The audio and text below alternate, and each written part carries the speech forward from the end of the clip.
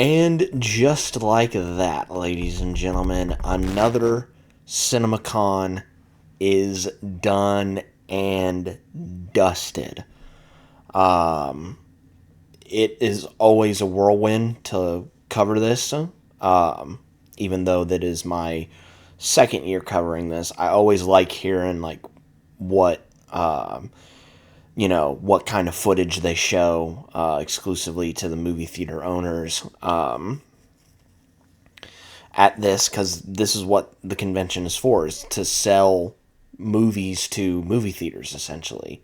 And it's always a fun time hearing the footage and, hearing about people's excitement for the upcoming projects. But we still have one more panel to discuss, and that is Disney's panel. So, without further ado, one more big round of applause to Discussing Film, their socials and their website for updating all the way throughout the panel. That has been a really big help in me covering all of the stuff that has been going on this week. So thank you, Discussing Film, for everything that you've done during this convention. Let us start off with a spate of upcoming releases for Disney. First up, The Devil Wears Prada 2. To open the Walt Disney Studios panel at CinemaCon, Anne Hathaway recorded a video to remark on the influence of the original film, and then introduced a short scene from The Devil Wears Prada 2, which I believe I saw on 20th Century Studios' YouTube page. This clip might actually be on their YouTube page, so just be aware of that. The footage reintroduces audiences to Meryl Streep as the iconic and sardonic Miranda Priestley, the editor of Runway magazine. The scene is a classic pitch meeting where Miranda roasts the new collection being presented to her on the TV screen. Another employee pitches a national parks-themed collection with app integration, to which she remarks that she hopes for a quick death. Notably, this is the first we see of Bridgerton star Simon Ashley as Miranda's personal assistant, whose main job is to step in and stop her from saying anything too controversial or politically incorrect, which is hilarious. Then a sizzle reel for the movie plays, ending on a quip about the collection's exorbitant price from Emily Blunt as Emily. Haven't you heard of Christmas? So, I am intending on doing a rewatch of the first film to kind of get my mind into, like, what I have in store for me on the second one. But off of the trailer reactions that I have done for this movie, it just seems like what I'm going to call the core four of this movie: Anne Hathaway, Meryl Streep, Emily Blunt, and Stanley Tucci. They're locked in on this. Like, they have incredible chemistry, and I can't wait in a couple weeks' time to go and check this movie out. So, very excited to go and see this on May 1st. Next up is The Mandalorian&Grogu. Now, I have already done my trailer reaction for this, but I'm going to still read through the footage description, because there might be some extra bits that we didn't get to see. So we're going to go ahead and do that. Disney treated CinemaCon attendees to the first 18 minutes of Jon Favreau's The Mandalorian&Grogu. The film does not have an opening crawl like the main entries in the Star Wars franchise, but it does feature a few slides of opening text that establishes that Din Djarin is now working for the New Republic for hire. He's still bounty hunting per se. However, his targets now are the last high-ranking remnants of the Empire. we open on a group of former Empire leaders gathering in an old bunker on what appears to be Hoth or another snowy planet.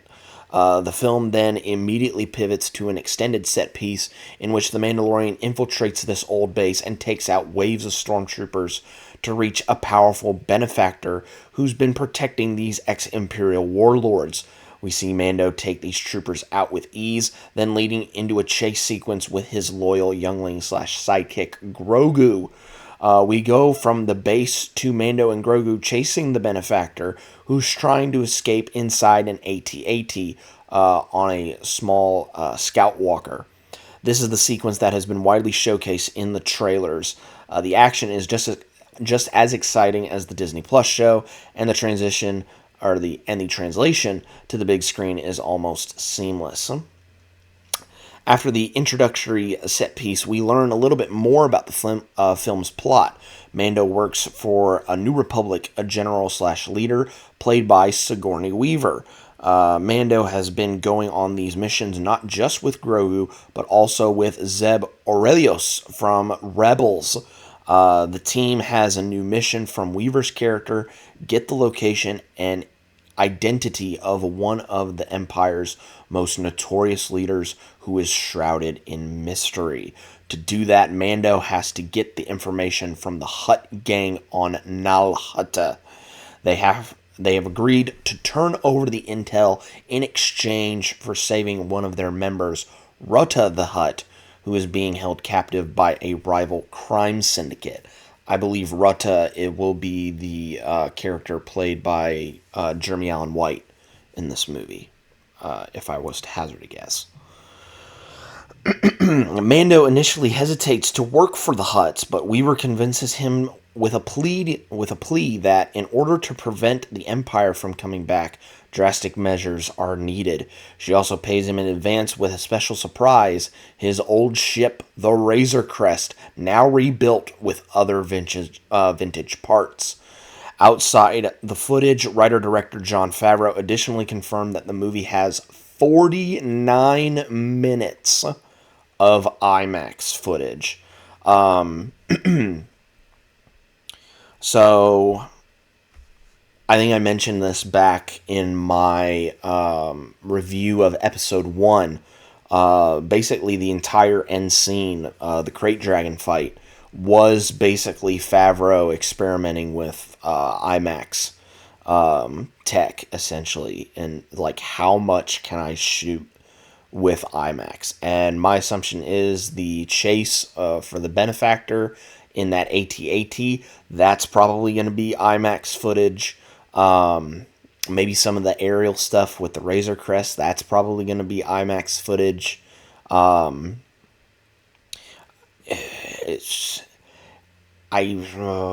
trying to like determine like what would be IMAX set pieces, but those are the two that come to my head right off the bat.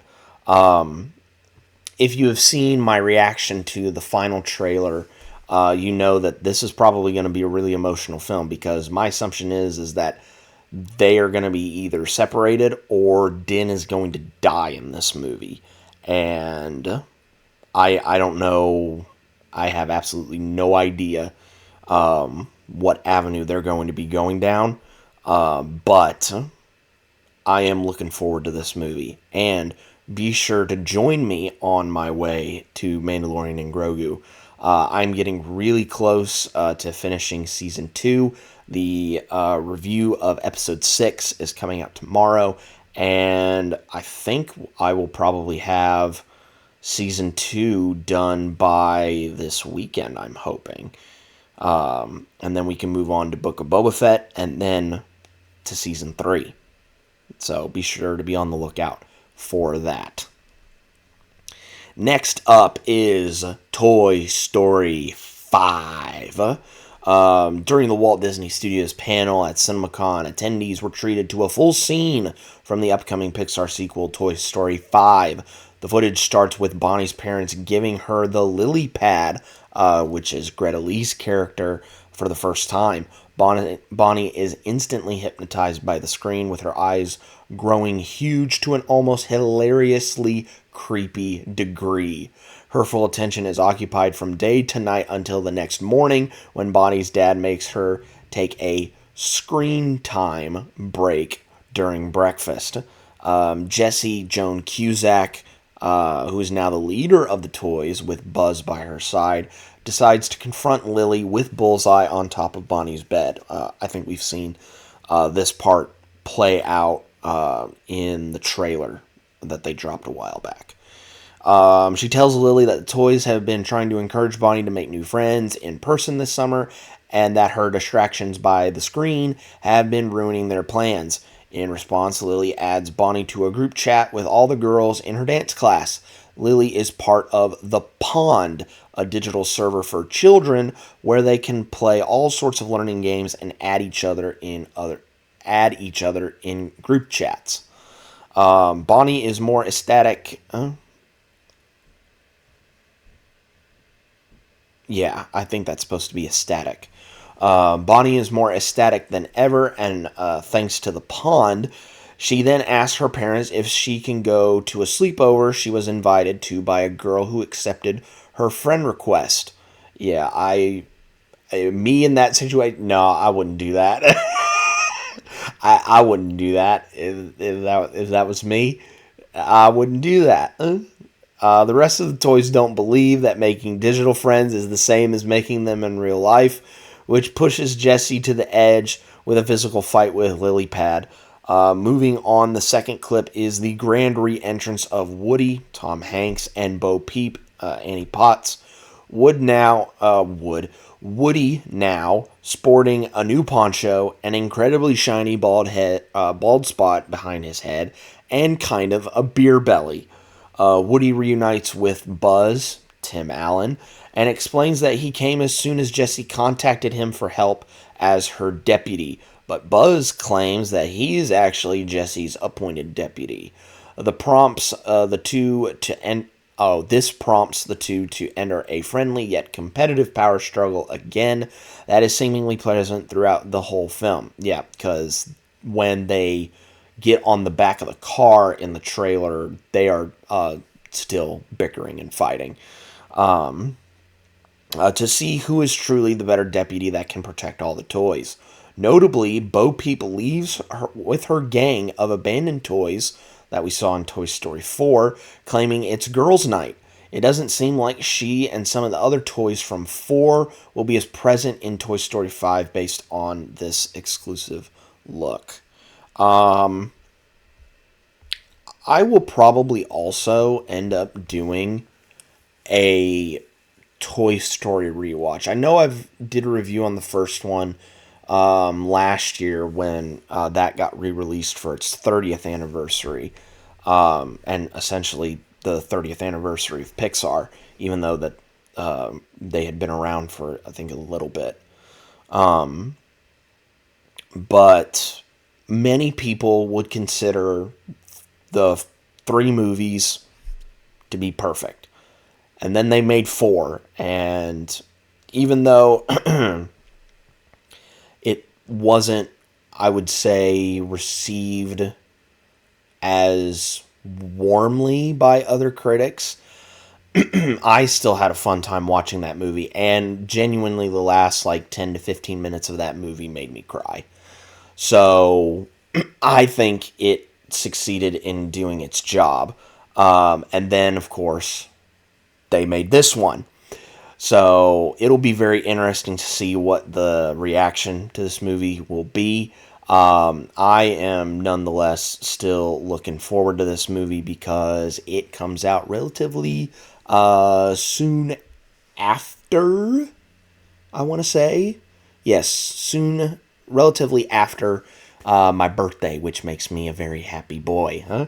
So I get a bit of a late birthday present from Pixar, which always seems to be the case, and I'm not going to be mad about that.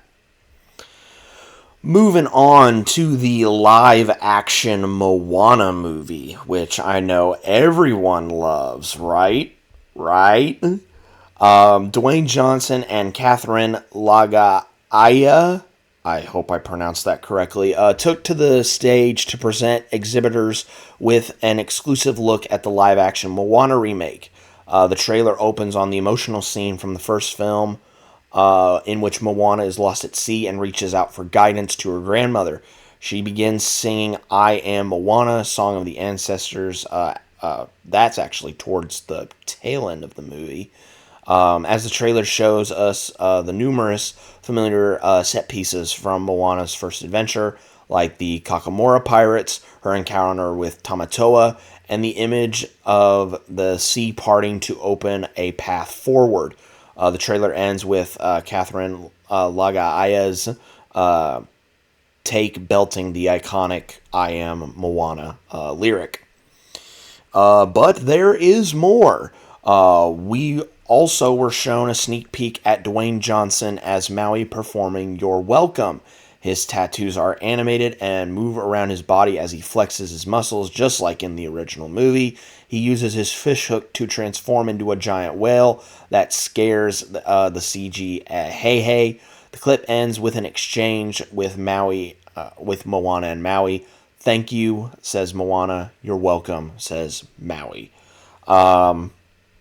Look, I know that the live-action Moana movie is not everybody's cup of tea. That has been made vehemently clear on the internet. But let us just look at the facts here. Last year, Disney released 2 live-action movies, Snow White and Lilo and Stitch. Snow White didn't do good because it got ripped by basically everybody. And then also, the general consensus of it was, it wasn't good. I had a fun time watching it. But the general consensus was no good. Hence why bad box office. But then Lilo and Stitch happened. Same thing, or at least I was getting the same thing. Why are we remaking this? And then we go and watch it. People think it's fine. And then it goes on to make $1 billion. So as long as this movie is not terrible, as long as it's not terrible, and it sticks with the original, maybe mixing up a little bit here and there, I think it'll be fine. And it will most likely make its money back. Because look at when it's being released. July 10th. So you have your first wave of people that are going to go see it. You basically have an off week. Or not even an off week. You then have, next week, Odyssey releases. So all the adults are going to go see that movie. Meanwhile, you can take the kids to go see live-action Moana. I have a feeling this movie is going to make its money back despite what many people online wish what would happen to this movie. But that's just me speculating out loud.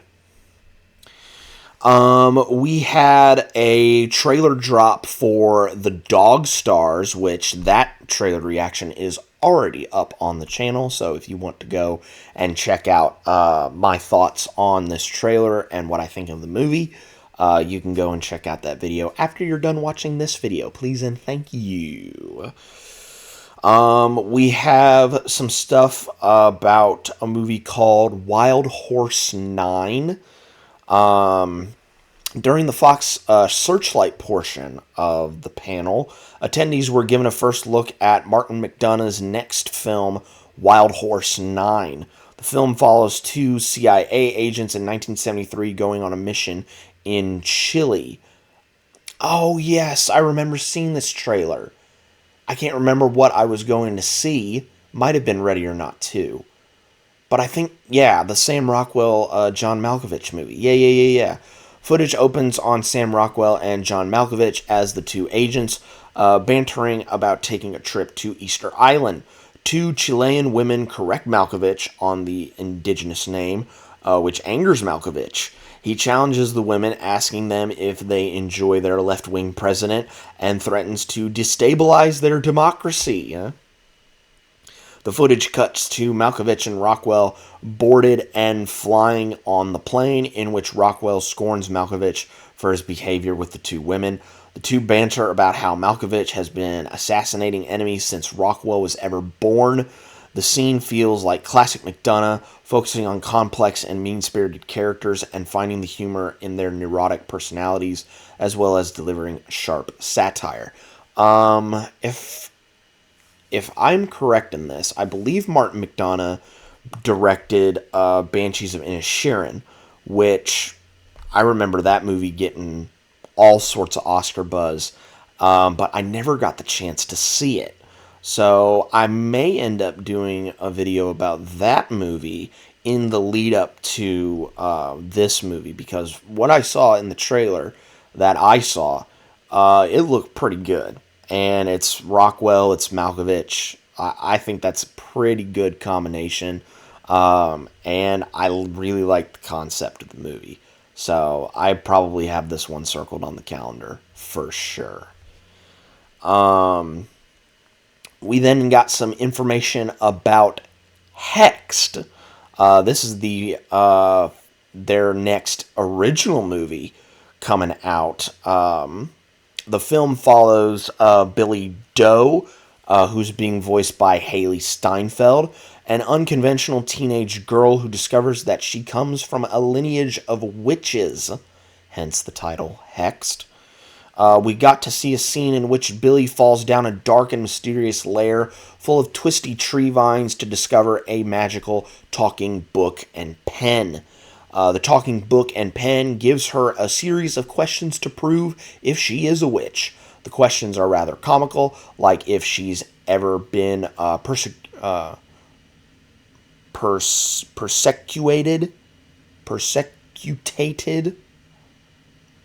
That's a weird word. Persecuted or burned at the stake. She does reveal that she doesn't belong in the regular world, though, which makes her pass the witch test. After being accepted, a portal opens to the world of Hex, which looks like a colorful Renaissance-era village with large hills. Aside from this short scene, it was revealed that Rashida Jones will be voicing Billy's mother, a powerful long-term witch.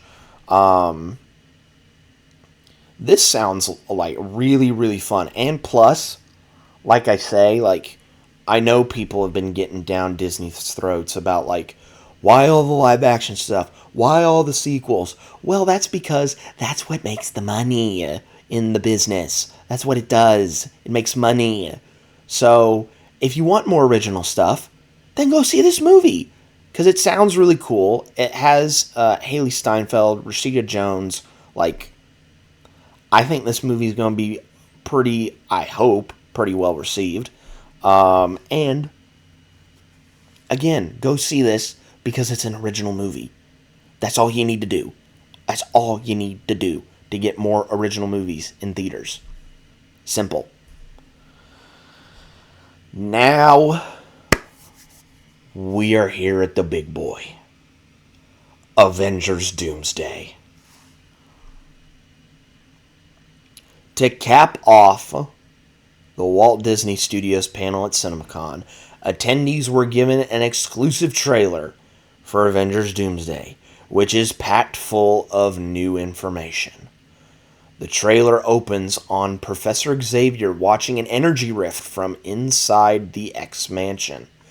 That is probably most likely an incursion. Then we see Robert Downey Jr. unmasked as Victor Von Doom, talking in his Latvian accent. After the studio logo, the brand new completed Avengers Tower is shown, with the Fantastic Four meeting Sam Wilson's division of the Avengers. Some alliances are forged as we are shown the Thing trying to join forces with the Wakandans, like the fourth teaser trailer showed.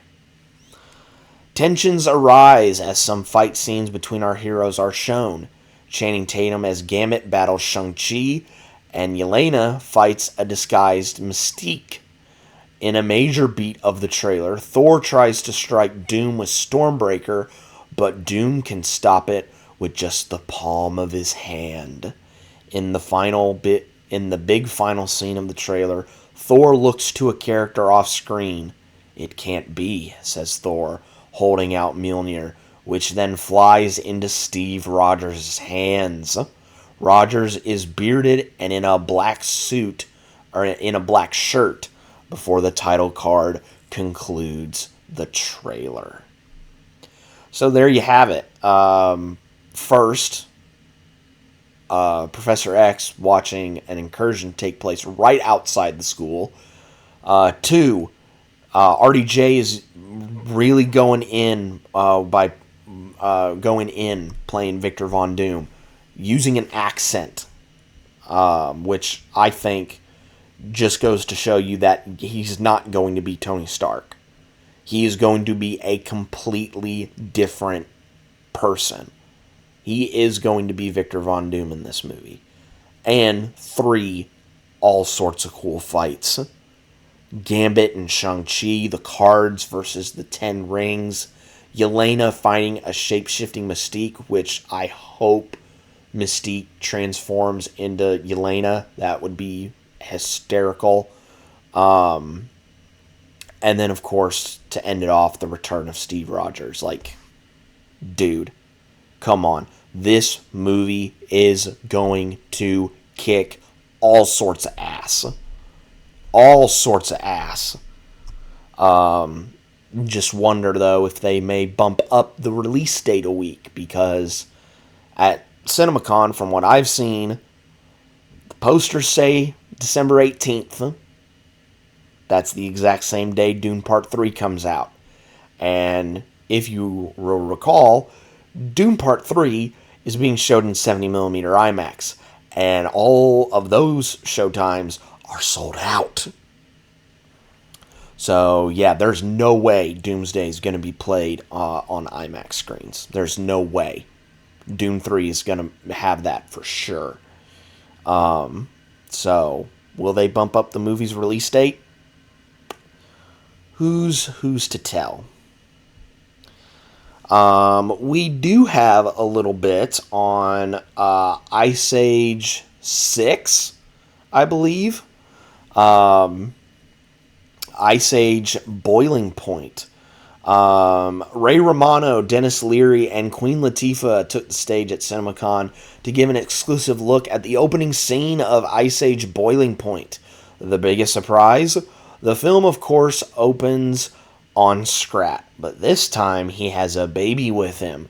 In the scene, Scrat refuses to share his big acorn with baby Scrat, sucking a small acorn that looks like a pacifier. When Scrat tries to bury his acorn in the ice, lava emerges and sends Scrat and his baby deep down into an abyss as Fireball plays in the background.